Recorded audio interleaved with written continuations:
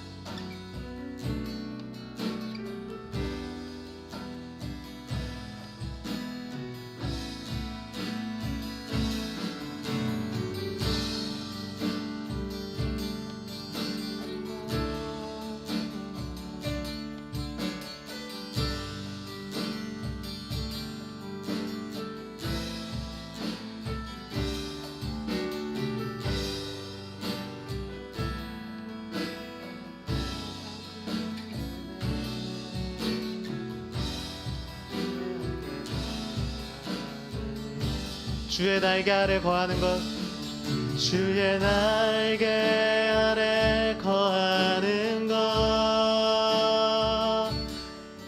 주의 임재 안에 거하는 것, 나의 가장 큰 소망, 나의 가장 큰 은혜, 주와 함께 동행하느니 주의 날개 아래 거하는 것, 주의 임재 안에 거하는 것,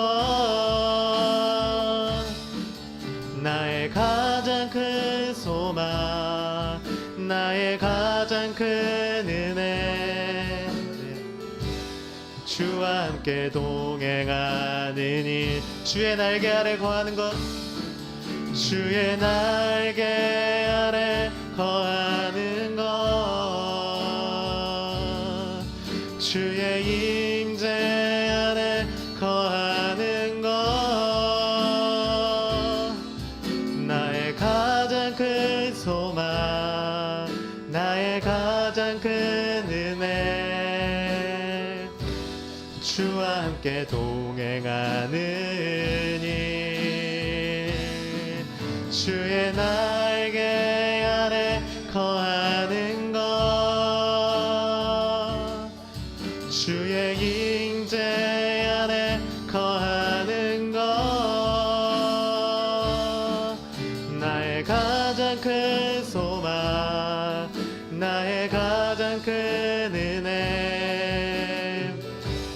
주와 함께 한 번만 더 찬양하겠습니다. 주의 날개 아래 거하는 것. 주의 날개 아래 거하는 것. 주의 임재 안에 거하는 것. 나의 가장 큰 소망, 나의 가장 큰 은혜. 주와 함께 동행하느니 주의 날개 아래 거하는 것. 주의 임재 안에 거하는 것.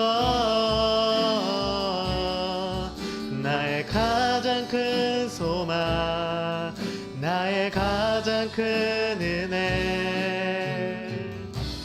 주와 함께 동행하느니 나의 가장 큰 소망, 나의 가장 큰 소망, 나의 가장 큰 은혜. 주와 함께 동행하느니 나의 가장 큰 소망, 나의 가장 큰 은혜. 나의 가장 큰 소망, 나의 가장 큰 은혜. 주와 함께 동행하느니.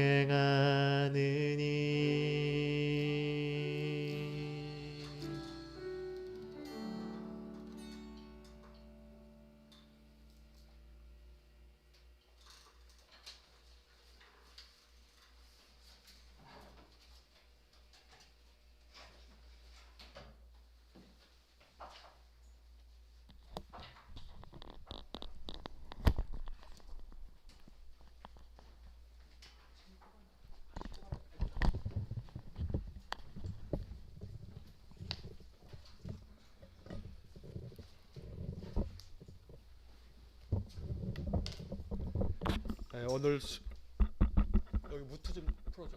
1번, 2번 무트 좀. 1번, 2번 무트 풀어주세요. 자, 우리 오늘 수요 예배, 1월 20일 수요 예배 또 우리 청년들이 귀한 찬양으로 섬겨 주었습니다. 여러분도 수요일마다 우리 청년들이 이렇게 아름다운 찬양으로 함께 해주고 있는데 우리 청년들을 위해서 여러분 많이 기도해 주시기를 바랍니다. 디모데전서 공부를 우리 지난주 첫째 시간에 이어서 오늘도 또 이어서 진행하도록 하겠습니다. 여러분 디모데전서 우리 수요 성경 공부하는 이 프린트물이 없으셔도 디모데전서 성경을 펴셔서 제가 어느 구절을 말씀드리면 그 성경 구절을 같이 읽어 가시면서 우리 함께 말씀 공부를 이어가도록 하겠습니다. 자, 오늘은 디모데전서 2장의 말씀입니다. 디모데전서 2장의 말씀, 여러분 신약성경 337쪽을 다 펴시기 바랍니다. 신약성경 337쪽 디모데전서 2장의 말씀을 오늘 함께 공부를 합니다. 자, 지난주에 디모데전서 공부를 시작하면서 제가 그런 말씀을 드렸습니다. 이 디모데전서라고 하는 것은 디모데에게 보낸 목회 지침서다. 디모데전서, 디모데후서, 그 앞에 성경책 그 제목 안에 디모데라고 하는 이름이 있죠. 사도 바울이 복음으로 낳은 아들 이 디모데에게 보낸 편지인데, 디모데가 바울이 세운 그 에베소 교회를 목회하게 되면서 젊은 목회자인 디모데에게 에베소 교회를 목회할 때 이렇게 목회를 하거라 하면서 연세 많은 이 늙은이 사도 바울이 이제 후배인 젊은 목회자 디모데에게 목회 지침서를 전해준 것입니다. 또 동시에 이 디모데전서는 그렇기 때문에 목회자만 보아야 하는 어떤 목회 지침 이런 측면에서만 볼 게 아니고 신자들에게는 신앙의 지침이 되는 신앙 지침서다라고 하는 말씀도 지난주에 말씀을 드렸습니다. 자, 오늘은 디모데전서 2장의 말씀을 이제 계속 이어가는데, 디모데전서 2장의 말씀에서는 사도 바울이 사역을 함에 있어서 중요한 어떤 원리들을 가르쳐주고 있습니다. 자, 먼저 디모데전서 2장 1절서부터 7절까지의 말씀에서는 바울이 디모데에게 기도를 하는 게 참 중요하다. 목회를 할 때 기도가 참 중요하다 하는 이야기를 들려주고 있는 겁니다. 이것은 목회를 하는 젊은 목회자 디모데에게뿐만 아니고 우리 성도들의 신앙의 삶에 있어서도 마찬가지입니다. 기도가 중요하다라고 하는 가르침을 이야기하고 있는 것이 2장 1절서부터 7절까지의 말씀입니다. 자, 그 중에서 이제 오늘 본문의 말씀을 살펴보겠는데요. 자, 1절과 2절 말씀을 한번 보시겠습니다. 디모데전서 2장 1절과 2절 말씀입니다. 제가 한번 읽겠습니다. 그러므로 내가 첫째로 권하노니 모든 사람을 위하여 간구와 기도와 도고와 감사를 하되 임금들과 높은 지위에 있는 모든 사람을 위하여 하라. 이는 우리가 모든 경건과 단정함으로 고요하고 평안한 생활을 하려 함이라. 자, 여기에 1절 말씀에 보시면 내가 첫째로 권한다 하면서 디모데에게 지금 바울이 권면하고 있습니다. 모든 사람을 위해서 간구와 기도와 도고와 감사를 해라. 자, 먼저 모든 사람을 위해서 라고 하는 이 표현을 우리가 잘 생각해야 합니다. 우리의 기도가 모든 사람을 위한 기도여야 한다. 바울이 이렇게 알려주고 있는 겁니다. 그런데 바울이 기도의 종류에 대해서 네 가지를 언급하고 있는 것을 오늘 본문에서 보게 됩니다. 첫째는 간구, 두 번째는 기도, 또 세 번째 도고, 그다음에 네 번째 감사. 이 네 가지의 종류로 바울이 지금 기도에 대한 어떤 가르침을 들려주고 있는 겁니다. 자, 이 네 가지를 어떤 분들은 이거 다 그냥 하나로 보면 된다. 우리가 알고 있는 기도다. 그러니 기도하는 게 중요하다고 바울이 가르쳐 주면서 이 네 가지 명칭을 통해서 반복하고 있는 거다. 이렇게 말씀하시는 분들도 계시고, 이 네 가지를 각각 구분하여서 각각의 어떤 특징이 다르다라고 이렇게 가르쳐 주는 분들도 있습니다. 뭐 전자가 되었든 후자가 되었든 그거 중요한 것은 아닙니다.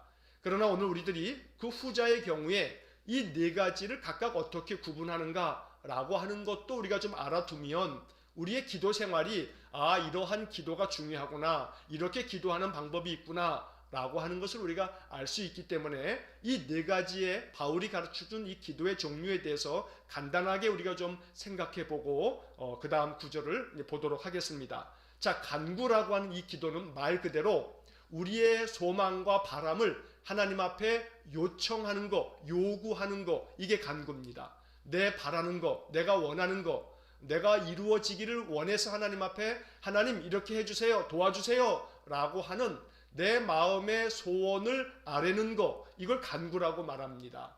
그래서 이 간구의 기도가 우리의 신앙생활에 필요합니다. 물론 여기서 조심해야 할 것이 있습니다. 간구만 있어서는 좀 곤란합니다. 간구하는 기도만 있게 되어지게 되면 자칫 우리가 종종 기독교를 비판하는 그런 여러 비판의 소리들 중에 기독교가 너무 기복주의가 되었다라고 하는 비판을 종종 받게 됩니다. 자, 그 기복주의의 핵심은 뭐냐면 내가 원하는 것, 나의 삶에 필요한 것만 늘 구하는 것, 그러한 간구의 기도만 가득한 것, 이것이 자칫하면 기복주의에 빠져가지고 그저 내가 좋은 것들만 원하는 것이 우리의 기도 생활이 될 수 있기 때문에 그런 측면에서 간구라고 하는 기도가 소중한 기도의 방법이긴 하지만 이것만 고수하는 것보다는 간구와 더불어서 오늘 본문 1절이 가르쳐주는 그 외의 기도 생활도 우리에게 있어야겠다라고 하는 것을 여러분들이 이 성경 구절을 통해서 좀 알아야겠습니다. 자, 두 번째, 간구와 함께 이제 두 번째 기도는 기도라고 되어 있습니다. 기도. 자, 이 기도라고 하는 것은 우리의 기도 생활이 조금 더 넓어지는 겁니다. 자, 간구는 나 자신의 소망, 나 자신의 필요, 요구사항을 하나님 앞에 아뢰는 것. 자, 두 번째 기도라고 하는 것은 하나님을 찬양하면서 하나님의 그 하나님 되심을 인정하고 하나님 앞에 더 하나님과 더 깊은 영적 교통함을 위해서, 소위 말해서 우리가 기도에 대한 공부를 할 때마다 기도는 영적인 호흡이다 이렇게 말하기도 하고, 기도는 하나님과의 대화다 이렇게 말합니다. 여러분, 대화를 할 때 어떤 목적을 가지고 나의 어떤 요구사항을 관철하기 위해서만 대화합니까? 그러지 않지 않습니까?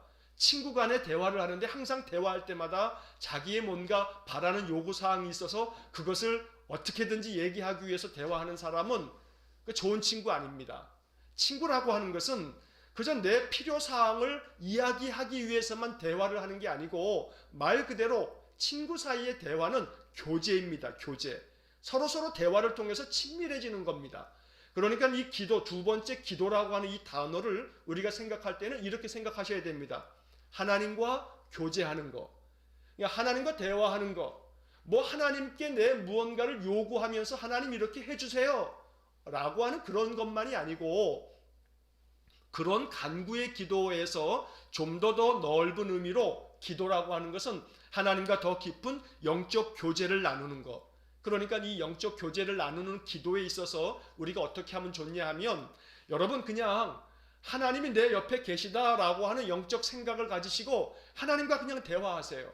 하나님 나 지금 오늘 지금 이러이러해요 하면서 여러분들이 수시로 그냥 하나님이 내 옆에 있는 아주 친밀한 친구인 것처럼 그렇게 대화를 나누시는 거예요. 이것이 뭐 예수 안 믿는 사람이 그렇게 중얼거리는 우리들의 모습을 보면 저 사람 이상하다. 그러니까 여러분 입으로 그냥 막 소리를 내면서 중얼거리는 것은 그것은 썩 그렇게 다른 사람들이 볼 때 덕이 안 될 수 있어요. 그러나 마음속으로 내 마음속에 임재하여 계신 주님께 내가 영적으로 대화를 나누는 겁니다. 교통함을 갖는 겁니다. 그것이 하나님과 더 친밀해지는 하나님의 임재를 내가 항상 인정해드리고 지금 내 안에 계신 하나님을 내가 믿습니다. 나 그렇게 인정합니다. 이렇게 고백하면서 주님 내 안에 계셔서 지금 내 마음이 참 평안합니다. 참 감사합니다. 주님 내가 지금 이러한 일들을 하는데 지혜를 주세요. 수시로 주님의 마음, 내 마음을 주님께 고백하는 것. 그러면서 주님께 묻는 겁니다. 주님 지금 이 시간 내가 이러이러한 것들을 하는데 주님 생각은 어떠세요? 주님은 어떤 마음이세요? 하면서 묻는 겁니다. 순간순간 짧게라도 그런 생각과 마음을 가지면서 주님과 대화하듯이 교제하는 것, 이게 기도라고 하는 그런 단어가 가지고 있는 의미입니다. 그래서 우리의 신앙생활의 기도의 삶에 있어서 첫째 간구, 나의 어떤 필요와 요구사항을 하나님 앞에 아뢰는 것, 간구뿐만 아니고 그 다음 두 번째 기도, 내 마음속에 임재하여 계신 주님과 교제 나누는 것, 함께 대화하는 것, 이러한 기도의 삶이 우리에게 있어야겠습니다. 자, 그 다음에 세 번째 도고라고 하는 단어가 나옵니다. 이 도고라고 하는 말은 우리가 쉽게 오늘날 말로 표현하면 이게 중보기도입니다. 중보기도. 다른 사람을 위해서 기도하는 것. 이것을 오늘 1절 말씀에서는 도고라고 표현하고 있는 겁니다. 여러분 이 도고라고 하는 단어는 국어사전에도 없어요. 이 도고라고 하는 단어는 그저 성경 번역자들이 한자말을 조합해서 만들어 놓은 단어예요. 이 도자는 소위 말해 지금 우리 앞에 나와 있는 기도할 때 그 도자, 하나님 앞에 간구하는 그 기도하는 그 도자고요. 고자는 우리가 고백한다 그러지 않습니까? 고백하는 그 고자입니다. 그러니까 도고라고 하는 것은 하나님께 기도하면서 고백하는 거, 뭐 이렇게 단어의 뜻은 그렇게 될 텐데 이 도고라고 하는 이 단어를 새번역 성경에서는 정확하게 중보기도 이렇게 번역을 해놓았고, 자 쉬운 성경에서는 이 부분을 이렇게 번역해 놨습니다. 다른 사람을 위해 중보기도하는 것을 잊지 말고 이렇게 기도하라고 쉬운 성경은 번역이 되어 있습니다. 그래서 오늘 1절에 도고라고 하는 말은 중보기도다 라고 여러분 그렇게 옆에다가 조그맣게 써 놓으셔도 좋겠습니다. 자, 중보기도라고 하는 것은 말 그대로 쉬운 성경의 번역처럼 다른 사람을 위해서 기도하는 겁니다. 우리의 기도가 하나님 앞에 나의 소망과 바람을 요구하는 간구의 기도와 하나님과 내가 영적으로 더 교제하는 그런 교통하는 교제의 기도, 이것을 넘어서서 더 많이 확장되어지면 이제 도고의 기도를 드리는 겁니다. 중보의 기도. 그래서 내 울타리를 넘어서 내 주변 사람들에게, 내가 알고 있는 사람들을 위해서, 또한 우리나라를 위해서, 또 세상 열방을 위해서, 많은 선교지의 선교사님들을 위해서도 기도할 수 있는 것, 이게 도고의 기도입니다. 그래서 우리의 기도가 점점 확장되어져 가는 것이지요. 자, 그래서 이 네 가지의 기도의 이 단어들을 보면 점점 우리의 기도가 확장되어져 가는 것을 알 수가 있습니다. 간구에서 기도로, 기도에서 도고로, 중보의 기도로, 자, 그리고 난 다음에 감사를 하라 그렇게 되어 있습니다. 자, 이 감사도 역시 마찬가지로 기도의 한 종류로 바울이 가르쳐주고 있는 겁니다. 감사의 기도, 이것은 말 그대로 세번역 성경에서는 감사 기도 이렇게 번역을 해놨습니다. 그러니까 하나님 앞에 감사의 기도를 드리는 것, 항상 감사를 고백하는 것, 이건 굉장히 아름다운 기도가 된다고 바울이 가르쳐주고 있는 것입니다. 그래서 여러분 1절의 말씀처럼 바울이 디모데에게 첫째로 권하노니 모든 사람을 위해서 간구와 기도와 도고와 감사를 해라 라고 하는 이 말씀을 통해서 우리의 기도의 생활이 보다 더 깊어지고 또 더 확장되어지기를 간절히 바랍니다. 자, 두 번째 2절 말씀을 보시면 임금들과 높은 지위에 있는 모든 사람을 위해서 해라. 자, 이는 우리가 모든 경건과 단정함으로 고요하고 평안한 생활을 하려 함이라. 자, 이렇게 기도 생활을 할 때 특히나 임금들과 높은 지위에 있는 사람들을 위해서 기도해라 라고 바울이 권면합니다. 자, 이것은 왜 그러냐 하면 우리가 모든 경건한 생활을 하고 단정함으로 하나님께 예배하며 믿음의 생활을 해 나아감에 있어서 평안한 생활을 하려 함이라 이렇게 말하고 있습니다.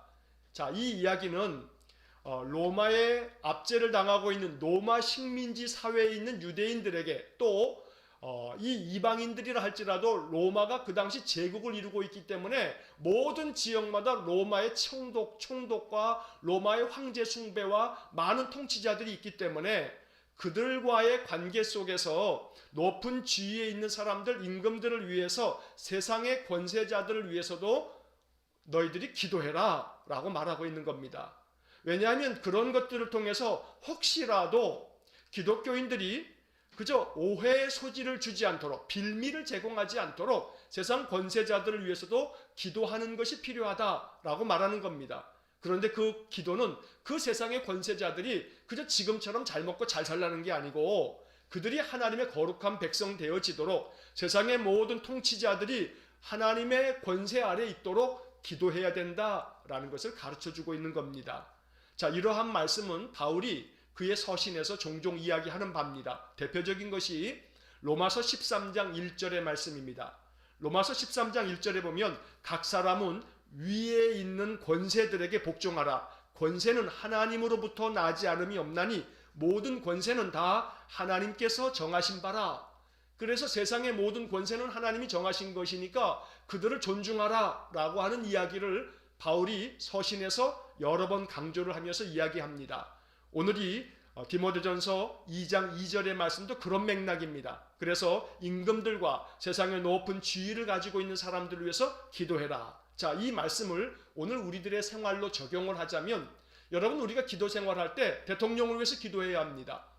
또 위정자들을 위해서 정치하는 사람들을 위해서 기도해야 합니다. 국회의원들을 위해서도 기도해야 되고요. 법원의 모든 판사들과 또 검찰의 검사들과 또 법조계의 또 변호사들도 있지 않습니까? 그들을 위해서도 기도해야 합니다. 또 지방자치단체 단체장들과 또 지방자치단체의 모든 여러 행정을 맡는 사람들, 여러 사람들을 위해서 기도해야 합니다. 왜냐하면 그들이 나라를 바르게 잘 이끌어가도록 기도해야 된다는 겁니다. 대통령이 얼마나 중요합니까? 대통령 한 사람이 위해서 나라의 운명이 좌지우지되는 겁니다. 대통령뿐만이 아닙니다. 입법부, 국회가 제대로 하지 않으면 대통령이 아무리 잘 국정을 수행해도 국회가 그냥 협력 안 하고 뒤흔들기만 하면 그럼 나라가 어수선해지기 마련입니다. 여당과 야당을 위해서 기도해야 합니다. 여당은 국정을 책임진 그러한 주체가 되어서 잘 국정을 이끌어 가야 되고 법을 잘 만들어 가야 되고 야당은 그러한 이 행정부를 잘 견제하고 잘 그들이 이 행정부의 모든 이 견제와 또 그런 모든 조정의 역할을 잘 감당해야 됩니다. 무조건 정쟁에 사로잡혀 가지고 무조건 반대하는 야당이 되어서는 또 안 되는 것이지요. 그렇기 때문에 우리들이 항상 이 나라를 위해서 임금들과 높은 지위에 있는 모든 사람을 위해서 해라 라고 하는 이 말씀을 가질 때 항상 우리의 기도의 생활이 그저 우리 자신과 우리의 가정이나 우리의 교회 울타리에서만 머무는 것이 아니라 이 세상의 권세자들, 이 세상의 정치나 사회나 문화나 여러 가지 모든 각각의 영역들을 위해서도 기도할 수 있어야 되겠습니다. 자, 그래서 오늘 이 바울의 이러한 가르침은 젊은 목회자인 디모데에게 있어서 이러한 교훈들이 참 교훈이 되어서 그가 목회를 에베소 교회를 잘 할 수가 있었던 것입니다. 오늘 이것이 우리에게도 신앙의 지침이 될 수 있기를 간절히 바랍니다. 자, 그 다음에 이제 4절 말씀을 보겠습니다. 4절과 5절 말씀을 보시면, 자, 하나님은 모든 사람이 구원을 받으며 진리를 아는 데 이르기를 원하시느니라. 자, 하나님은 모든 사람이 구원받기를 원하신다는 거죠. 그렇기 때문에 하나님께서 길이 참으시고 용납하시고 하나님의 심판이 더딘 것처럼 여겨지는 겁니다. 모든 사람들이 구원에 이르고 진리를 아는 데 이르도록 하나님 원하시기 때문입니다. 자, 중요한 것은 그 다음 5절입니다. 하나님은 한 분이시요 또 하나님과 사람 사이의 중보자도 한 분이시니 곧 사람이신 그리스도 예수라. 자, 이 5절의 말씀은 여러분들이 펜이 있으시면 뭐 빨간 펜이든 형광 펜이든 이 5절을 아주 중요한 표시를 좀 해주시면서 여러분 이 체크를 좀 해놓으시면 좋겠습니다. 이 5절의 말씀은 대단히 중요한 말씀입니다.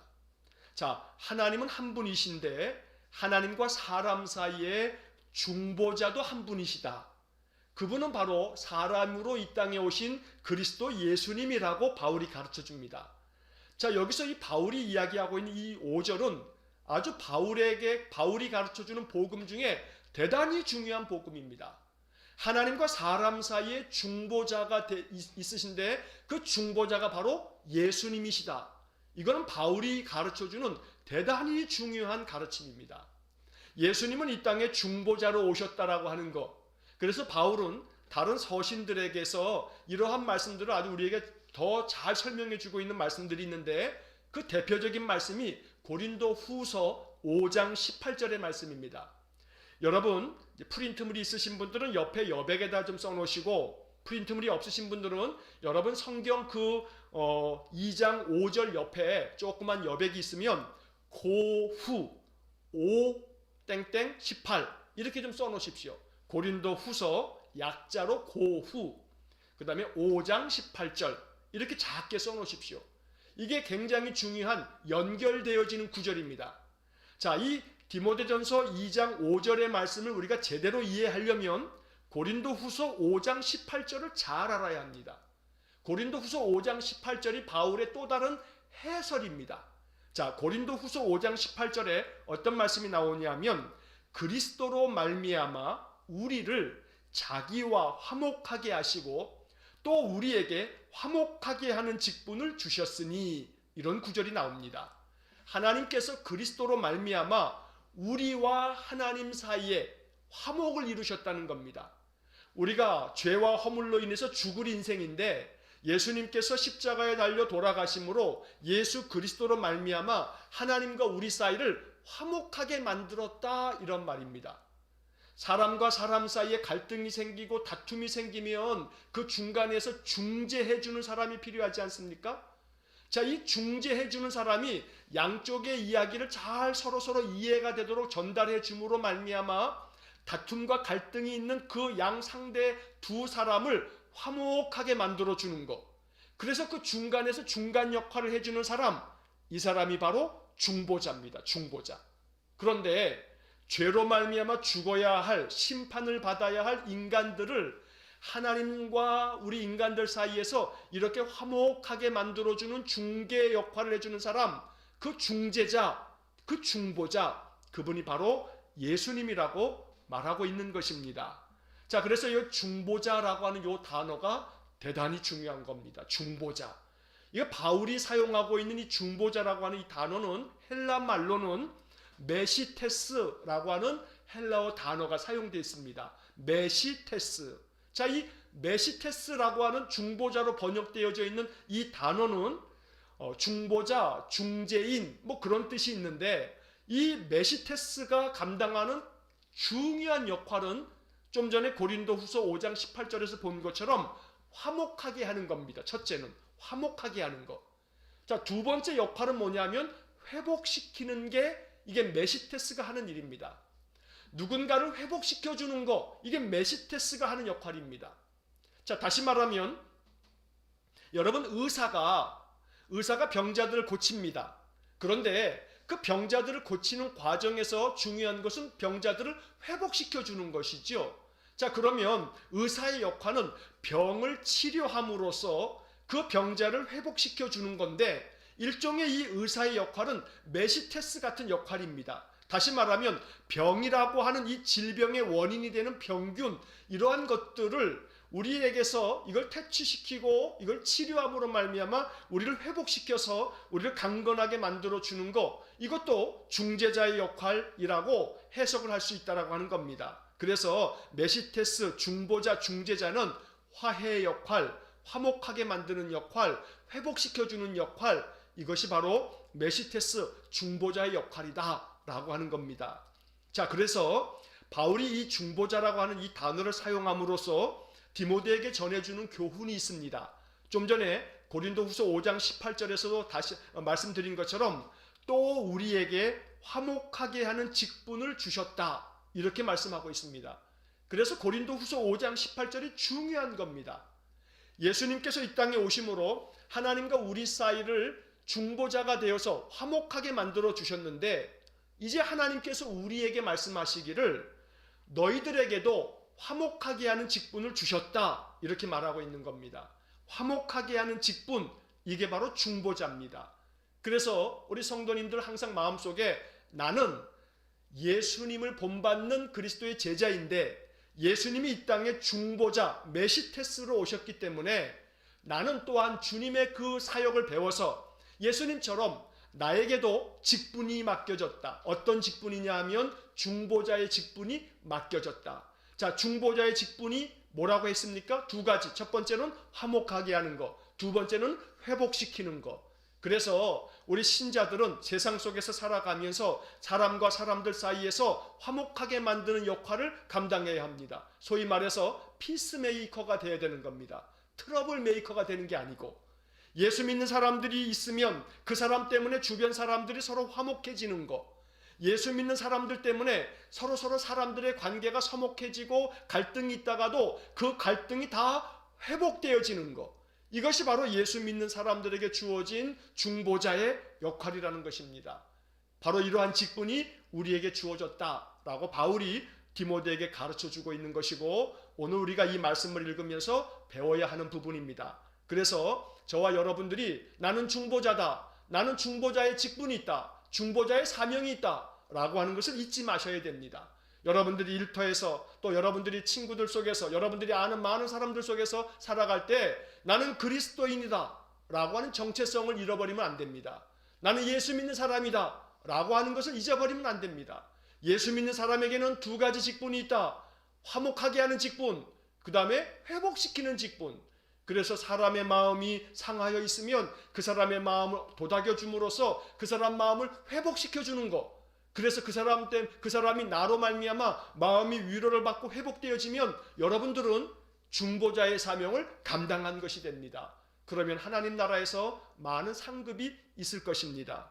간절히 바라기는 중보자의 사명을 잘 감당할 수 있기를 간절히 축원합니다. 자, 그 다음에 이제 이어지는 2장 8절의 말씀서부터 또 보시게 되면, 자, 2장 8절부터 15절까지의 말씀에서는 이제 교회 안에서 남자와 여자의 역할들에 대한 이야기를 바울이 들려줍니다. 자, 먼저 2장 8절의 말씀을 보겠습니다. 2장 8절의 말씀을 보시면 본문을 한번 보시겠습니다. 그러므로 각 처에서 남자들이 분노와 다툼이 없이 거룩한 손을 들어 기도하기를 원하노라. 이 남자들이 잘 들어야 될 이야기입니다. 물론 여기서 말하는 이 남자는 2000년 전에 에베소 교회에 있는 남자들을 말하는 것이죠. 자, 2000년 전에 에베소 교회의 남자들이 도대체 어떠했길래 바울이 이러한 얘기를 하는가? 자, 우리는 이 말씀의 행간의 의미를 보아야 합니다.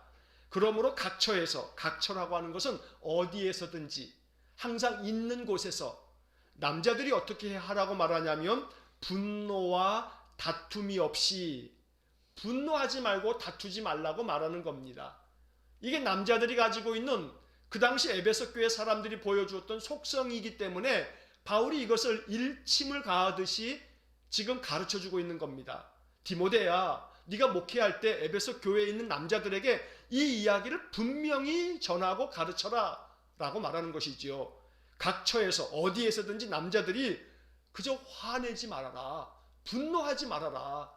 자기의 마음속에 어떤 분노가 끓어오르는 일이 있다 할지라도 덜커덕 그냥 먼저 화부터 내는 일, 그런 거 하지 말라고 바울이 가르쳐주고 있는 겁니다.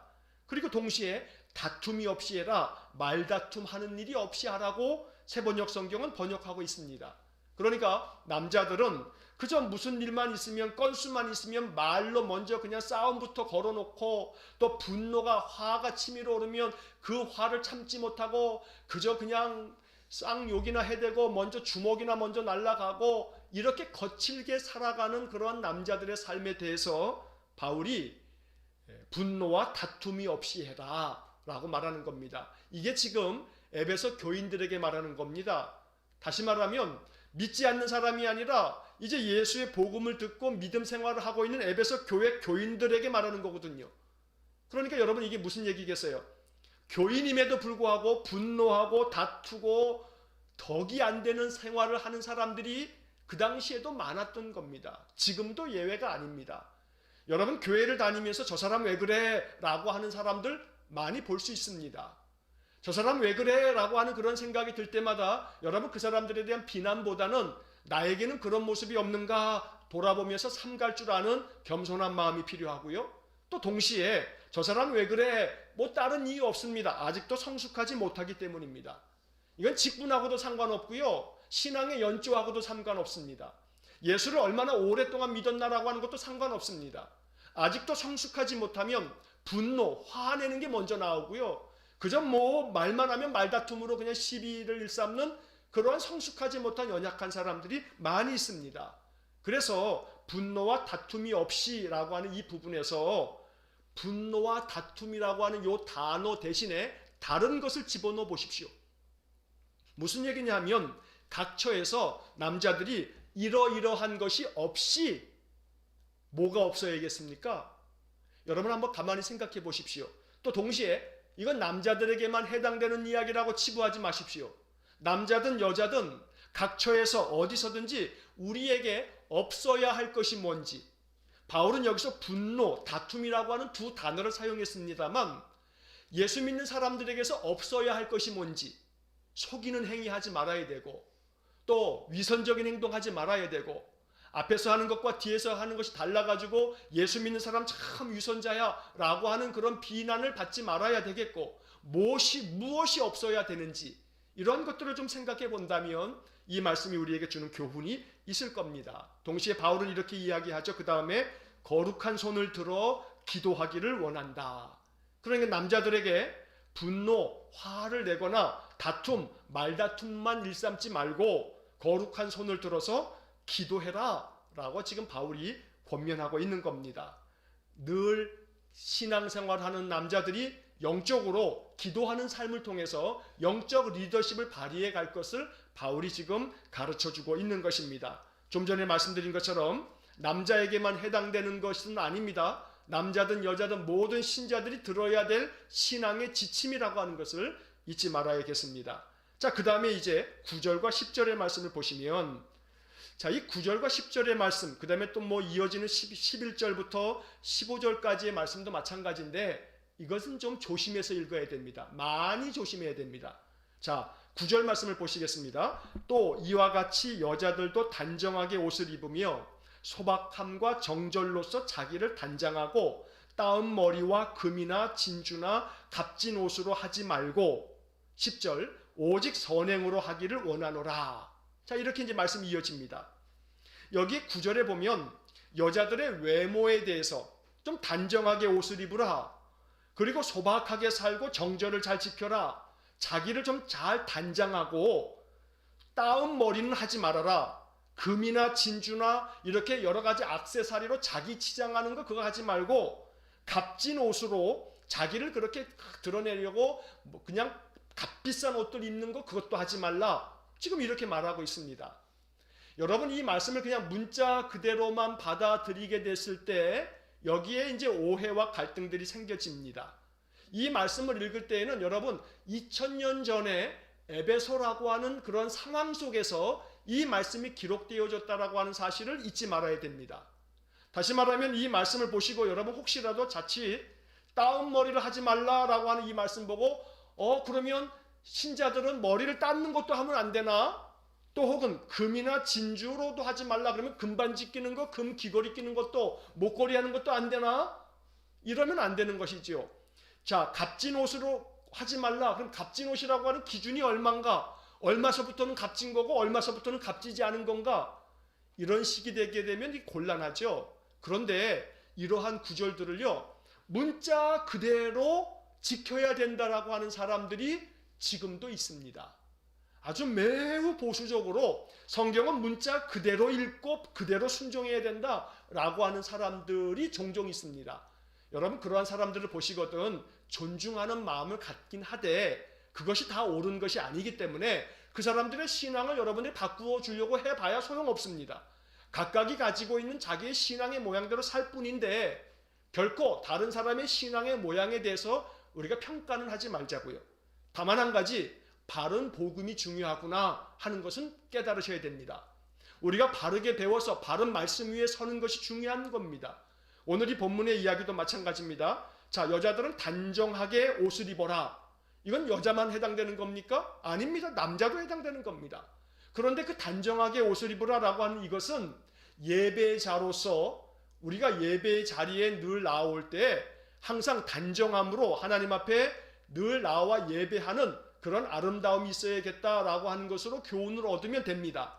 그러나 이 말씀을 읽을 때 한 가지 우리가 이 말씀 속에 담겨져 있는 역사적인 배경 또한 이해하셔야 됩니다. 왜냐하면 왜 이러한 이야기를 여자에게만 국한해서 바울이 하고 있는가? 이것은 시대적인 배경이 있는 겁니다. 그래서 시대적인 배경을 이해할 때 비로소 이 9절부터 뒤에 이어지는 15절까지의 말씀이 이해가 될 수가 있습니다. 자, 어떤 시대적인 배경이냐 하면 이 말씀은 좀 전에 말씀드린 것처럼 2000년 전의 이야기입니다. 그리고 바울이 에베소 교회를 목회하고 있는 디모데에게 보낸 편지입니다. 다시 말하면 에베소라고 하는 그러한 그 지역의 상황이 있다는 겁니다. 자, 그 에베소라고 하는 그 지역의 상황이 뭐냐면 에베소는 여러분 터키 땅 아시죠? 터키. 지금의 터키. 자, 지금의 터키 땅 이렇게 덩어리가 딱 있으시게 되면 그 터키 땅에 서쪽을 얘기합니다. 서쪽, 서남쪽. 그러니까 여러분 화면에서 저를 이렇게 보시면 터키 땅이 덩어리가 이렇게 있으면요, 에베소는 요쯤에 있는 겁니다. 요쯤에. 자, 이쪽으로는 동쪽이죠. 동쪽. 여러분이 보실 때 이 동쪽에, 이쪽으로 서쪽이고요. 자, 이 터키 땅이 커다란 대륙이 있으면 그 에베소라고 하는 것은 이 서쪽의 남쪽, 서남쪽에 있는 항구 도시입니다. 자, 이 에베소라고 하는 이 지역은 항구 도시이면서 이 에베소, 이 터키 땅으로부터 시작된 것을 아시아라고 부릅니다. 그래서 성경에서 아시아라고 써 있는 것은 터키 땅을 일컫는 거고요. 이 터키 땅 에베소 건너편 쪽으로부터는 그리스 땅이고 그 다음 그쪽으로부터는 다 유럽이라고 부릅니다. 그래서 로마라든가 그리스라든가 이쪽 지역이 아시아로 넘어오려면 어디를 거치냐면 에베소를 거치게 됩니다. 항구도시 에베소로 들어와서 육지를 통해서 이 아시아로 나아가는 겁니다. 그래서 이 에베소라고 하는 것은 무역의 중심지입니다. 무역의 중심지다 보니까 이 에베소 사람들은 정말 잘 살았습니다. 아주 부유했습니다. 돈이 많았습니다. 그러다 보니까 이 사람들이 가진 것이 많다 보니까 자연스럽게 어떻게 되냐면 사치와 향락에 빠지게 됩니다. 동시에 에베소에는 에베소 사람들이 믿고 있는 신이 있었습니다. 그 신이 뭐냐면 아데미라고 하는 신입니다. 아데미. 성경에서는 아데미라고 되어 있고 그 당시 사람들이 부를 때는 다이아나. 여러분, 다이아나라고 하는 이름이 서양의 이름들 속에 많습니다. 그런데 그 다이아나라고 하는 것은 달의 여신입니다. 달의 여신. 그리고 그 다이아나라고 하는 것은 다산, 많이 낳는 풍요의 신이고 다산의 신입니다. 제가 다음 주쯤에는 여러분들에게 이제 화면을 이렇게 보여드릴 겁니다. 그 화면에 보게 되면 이 아데미 신, 다이아나 신의 신상이 지금 발굴되어서 이제 많은 모양들이 있는데, 예전에 성경 공부할 때, 구약 성경 우리가 공부할 때 이 아데미 신에 대한 그러한 그림을 여러분들에게 한번 이 성경 공부할 때 공부를 한 적이 있는데, 신상이, 여신상이 이렇게 있으면 여신상 가슴이, 여자의 유방이 자그마치 24개나 달려 있습니다. 흉측하죠. 그런데 그게 신상입니다. 여자의 가슴에 유방이 두 개가 아니라 24개가 주렁주렁 달려 있습니다. 이건 뭘 얘기하는 거냐면 다산, 많이 낳아서 그 젖으로 많은 생명을 먹인다는 겁니다. 이게 아데미라고 하는 신입니다. 그런데 이 에베소에는 그 아데미 신전이 있습니다. 아데미 신전의 크기가 어마어마합니다. 대단히 큽니다. 프린트물을 보시게 되면 뒤에 제가 아데미 신전을 이렇게 사진으로 담아 드렸는데, 역시 다음 주에 그 부분 공부할 때 여러분 비대면으로 예배하시는 분들도 사진을 볼 수 있도록 그렇게 해드리겠습니다. 자, 그런데 이 아데미 신전에는 자그만치 수천 명의 여자 사제들이 있었습니다. 그런데 고대 세계에서 여자 사제는요, 여러분 죄송합니다 이런 말씀 드려서, 여자 사제는 단순히 신전에서 신을 모시는 그러한 사제들을 얘기하는 것이 아니고요, 이 고대 세계에서 여사제들은 주로 다 어떤 역할을 하는 사람들이냐면 요즘 말로 하면 그냥 창녀입니다. 몸을 파는 사람들입니다. 다시 말해서 이 고대 아데미 신전에 있는 수천 명에 되는 여사제들은요, 이 아데미 신을 섬기기 위해서 오는 사람들에게 성적으로 자기 몸을 내주면서, 그러면서 많은 사람들이 속죄함을 얻는다라고 하는 그런 생각과 더불어서 그 여사제와 성적인 교섭을 가질 때, 교접을 할 때 그 신이 복을 준다라고 하는 그런 가르침을 가르쳤던 겁니다.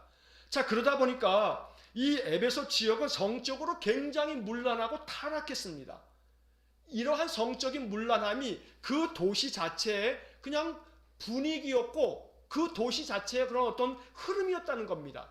그러다 보니까 바울이 에베소에 복음을 전하면서 에베소에 교회가 생겨지고 예수의 복음으로 말미암아 그들이 정결한 삶을 살아가는 하나님 거룩한 백성이 되어지고 있지만, 여전히 그 주변에 있는 예수 믿지 않는 주변의 많은 여자들은요, 이 사치와 향락 속에서 정적인 문란함 가운데 빠져 있기 때문에 자칫하면 그동안에 함께 지냈던 자기 친구들 여자들과 함께 어울리다 보면 거기에 다시금 되돌아갈 수 있는 확률이 많았던 겁니다. 그 당시 그 여자들이 금으로 또 진주로 값진 옷으로 치렁치렁 치장하면서, 그러면서 여사제가 되지는 않는다 할지라도 성적으로 자기 자신의 그런 몸을 자유롭게 그런 쾌락을 추구했던 것이 그 시대의 에베소의 모습이었던 겁니다. 그래서 바울이 그러한 시대적인 그 지역의 어떤 그런 배경이 있기 때문에 여자들은 단정하게 옷을 입어라, 그리고 여자들은 금이나 진주나 값진 옷으로 자기를 치장해서 그렇게 성적으로 자기 자신을 아주 문란하게 내놓아서는 안 된다라고 하는 이야기를 이 본문의 말씀 속에서 들려주고 있는 겁니다. 자, 그래서 이 이야기는 그 당시 2000년 전 에베소라고 하는 그 지역의 특수성이 있기 때문에 그러한 배경을 이해하시면서 본문을 이해하셔야 되겠고, 자, 이 본문의 말씀을 우리가 오늘 이 시대에 이 말씀을 읽을 때는 아까 앞서서 남자들의 이야기를 할 때도 마찬가지지만 오늘 이 9절 말씀도 마찬가지입니다. 여자만 해당되는 게 아닙니다. 남자도 마찬가지입니다. 남자든 여자든 항상 우리들의 신앙의 삶에 있어서 단순히 외모만이 아니고 옷을 어떻게 입느냐, 액세서리를 어떻게 하느냐, 지금 그것을 얘기하는 게 아니고 중심이 어떠하냐 이 말입니다.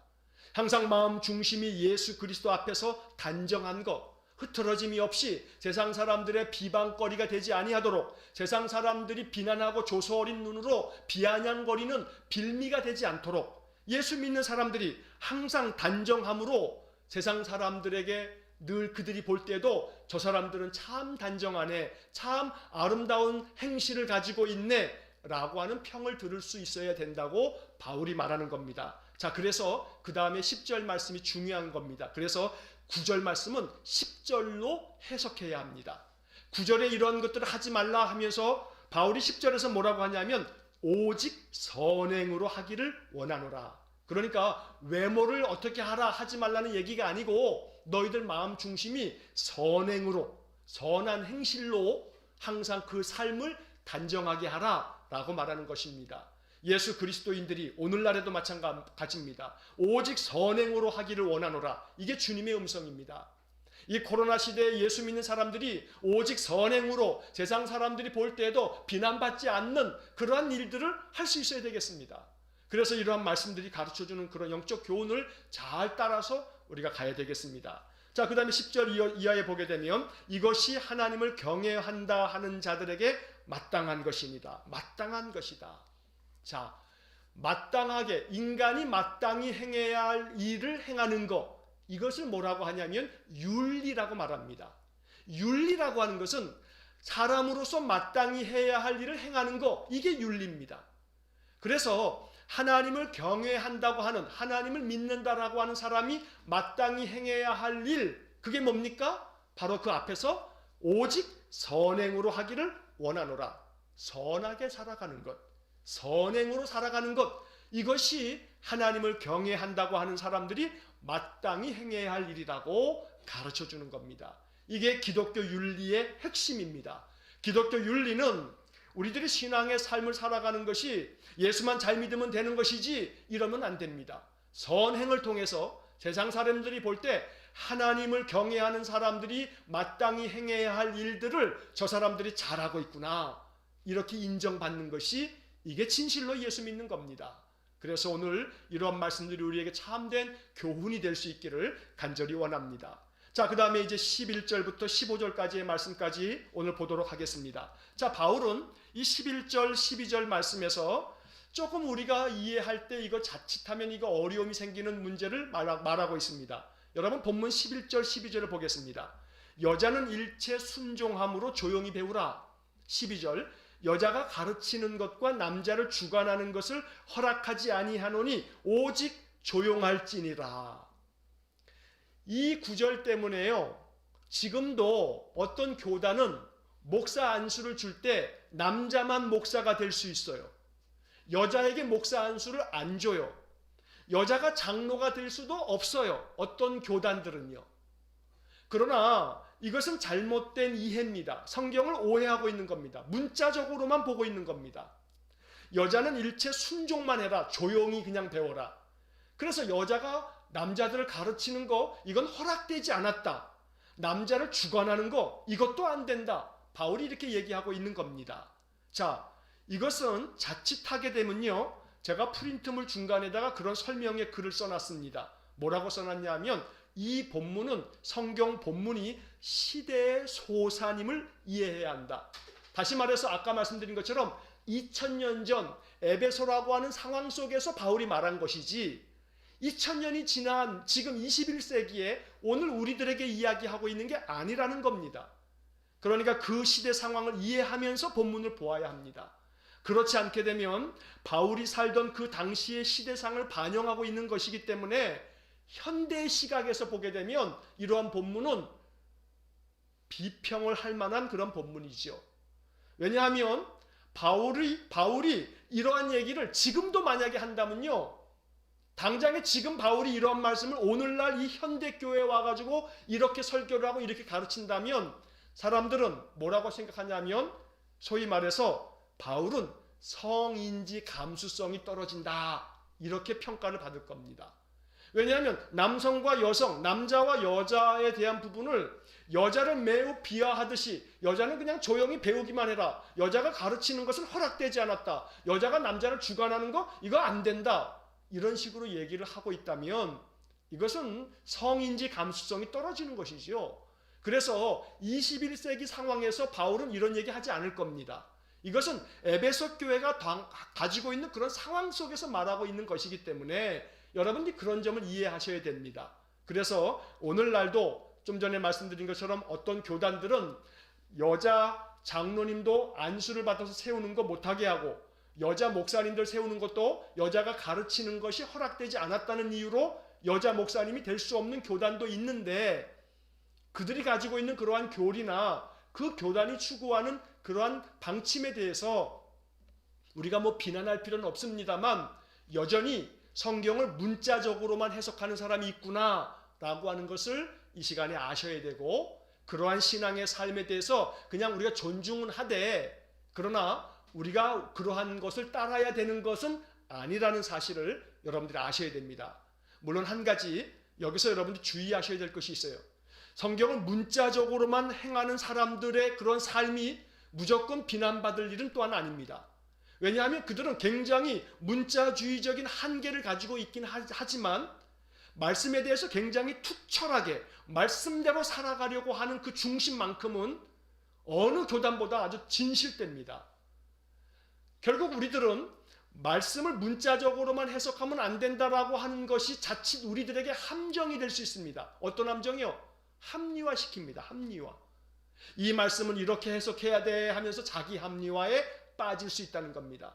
그래서 이러한 본문의 말씀이 그 시대의 배경을 이해해야만 제대로 이해하는 것이기 때문에 이런 본문을 잘 해석하는, 문자적으로만 해석하는 것은 주의해야 하지만, 그렇다고 해서 말씀을 문자적으로 충실하게 살아가려고 하는 사람들의 그러한 삶을 통해서 우리가 자칫 너무나 말씀을 그냥 합리화시켜서 자기 변호의 수단으로 삼는 그러한 태도는 우리가 하지 말아야 된다. 이러한 점까지 여러분들이 마음속에 좀 이해해야겠습니다.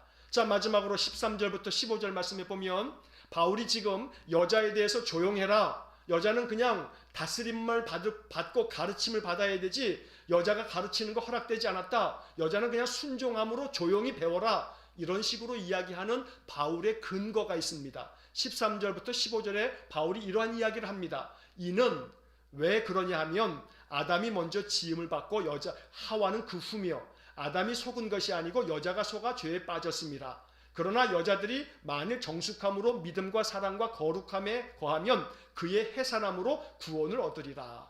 이것도 여러분들 오해하시면 안 됩니다. 또 이 해석도 좀 우리가 바른 시각 속에서 할 수 있어야 됩니다. 아담이 먼저 지음받고 여자가 그 다음에 지음받았기 때문에 여자가 남자에게 종속된다, 이렇게 해석하는 것은 매우 부적절한 해석입니다. 이건 2000년 전의 시대 상황입니다. 자, 여러분, 2000년 전의 시대 상황에서는요, 주인과 종이 있었습니다. 노예가 있었다는 겁니다. 노예 제도를 인정하고 있습니다. 그래서 바울의 서신에도 보면 종들은 자기 주인에게 복종하라고 하는 말씀들을 합니다. 바울도 노예 제도를 그냥 인정하고 있습니다. 그런데 여러분, 21세기인 지금의 노예 제도가 합당하다고, 노예들이 있을 수 있다고, 종을 좀 부려야 된다고 이렇게 이야기하면 그건 안 되는 것이지요.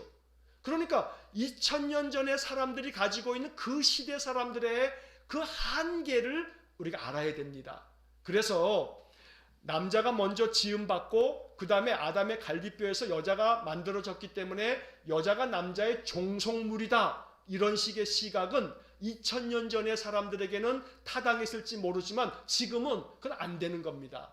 이미 우리의 사고와 우리의 사상과 우리의 생각의 지평이 넓어졌습니다. 이게 보편적인 인간의 도리입니다. 하나님의 창조는 남자와 여자를 먼저 지었고 나중에 지었으니까 이것이 주체가 되고 이건 종속적이다, 이런 주종관계다, 이렇게 해석하는 게 아닙니다. 성경을 우리가 온전하게 해석할 필요가 있다는 것입니다. 그래서 아담이 속은 게 아니라 여자가 속았기 때문에 아담이 죄에 빠진 게 아니라 여자가 먼저 죄에 빠졌다, 이러한 바울의 시각도 그 당시 2000년 전에 쓰여진 한계를 드러내고 있는 겁니다. 그러니까 여러분들이 성경의 말씀을 그 시대 상황에서 어떻게 이 말씀이 전해졌는가를 이해하고, 그래서 이러한 교훈이 오늘 우리에게는 어떤 의미가 있는가, 이렇게 재해석되어지는 것이 필요한 겁니다. 그래서 성경을 이처럼 그 당시 상황에서는 이 말씀이 어떤 교훈이었는지, 어떤 역사가 있었고 어떤 철학이 있었고 어떤 배경이 있었는지를 이해하고,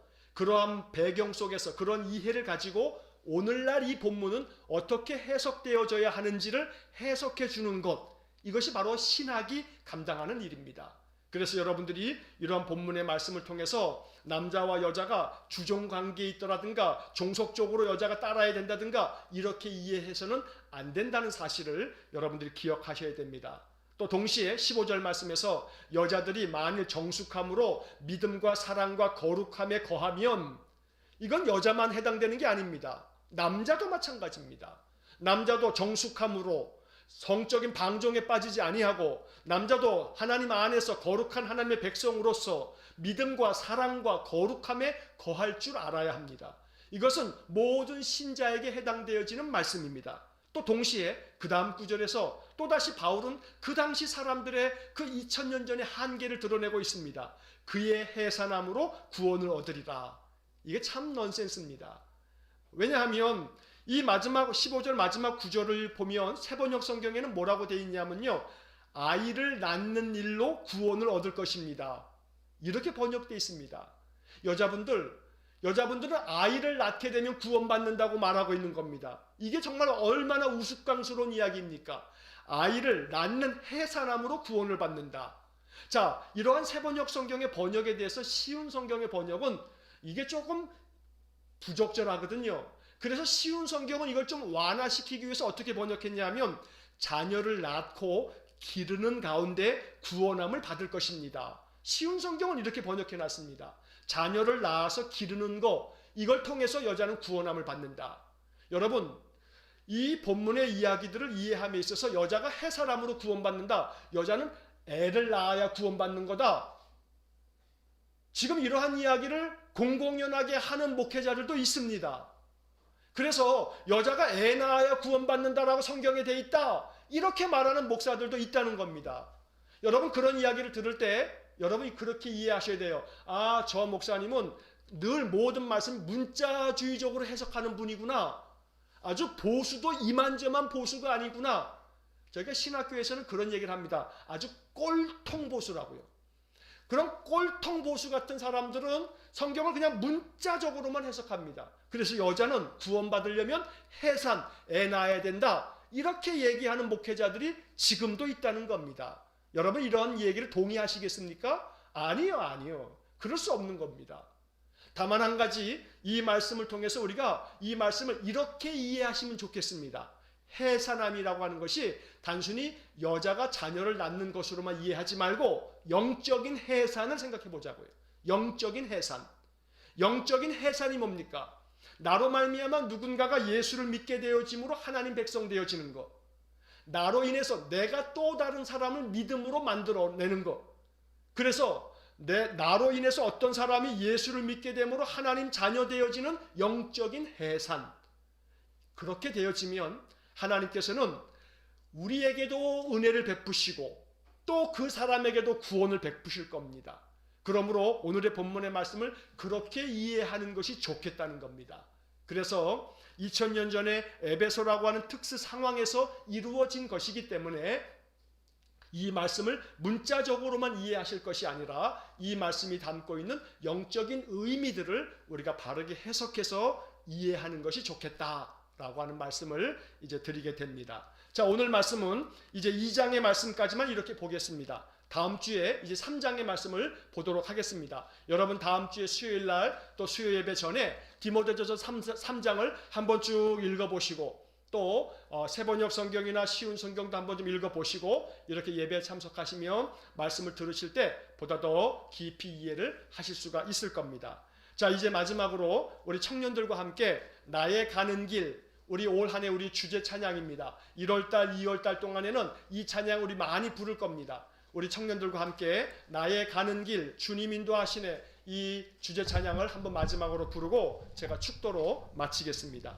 비대면 예배하시는 분들은 자막이 나올 테니까 자막을 보시면서 우리 함께 찬양하시겠습니다.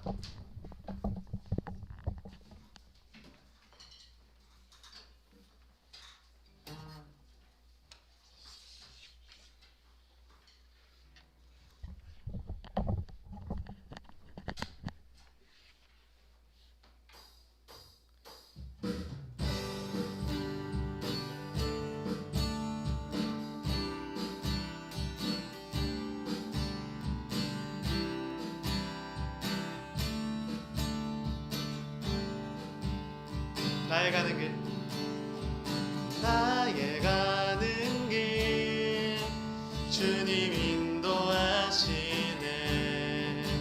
그는 보이지 않아도 날 위해 일하시네. 주 나의 인도자, 항상 함께 하시네. 사랑과 베푸시며 인도하시네.